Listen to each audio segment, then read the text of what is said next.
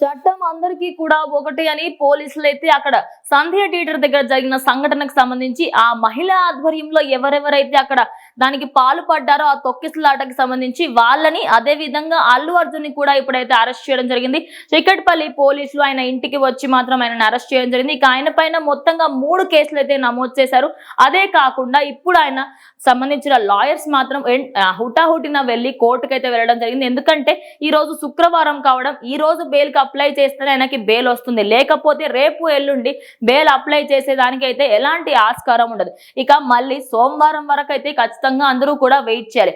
ఇప్పుడు బెయిల్ కి సంబంధించి 3 o'clock లోపు అసలు ఆయనకి బెయిల్ వస్తుందా రాదా అనేది క్లియర్ కట్ గా అందరికీ కూడా తెలిసిపోతుంది. మరి దీనికి సంబంధించి అదే కాకుండా ఆయన పైన నమోదైన కేసుల విషయానికి వస్తే ఆయన పైన మొత్తం 3 కేసులు నమోదయ్యాయి. అందులో BNS 1181, అదే విధంగా BNS 105 మరియు రెడ్ విత్ 3/5.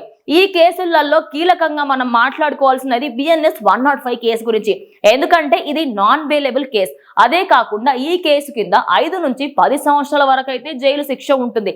ఇక దాని తర్వాత మాట్లాడుకుంటే 118 BNS 1181 ఈ కేసు మాత్రం ఖచ్చితంగా సంవత్సరం నుంచి 10 సంవత్సరాల వరకు అయితే ఆయనకి జైలు శిక్ష పడబోతుంది. మరి ఆయనకి బెయిల్ రానటువంటి కేసులు పెట్టారు కాబట్టి మరి వాళ్ళ లాయర్స్ ఎలాంటి పాయింట్స్ మాట్లాడి ఆయనకి బెయిల్ తీసుకొచ్చే ప్రయత్నం చేస్తారు, అసలు నిజంగా ఆయనకి బెయిల్ వస్తుందా రాదా?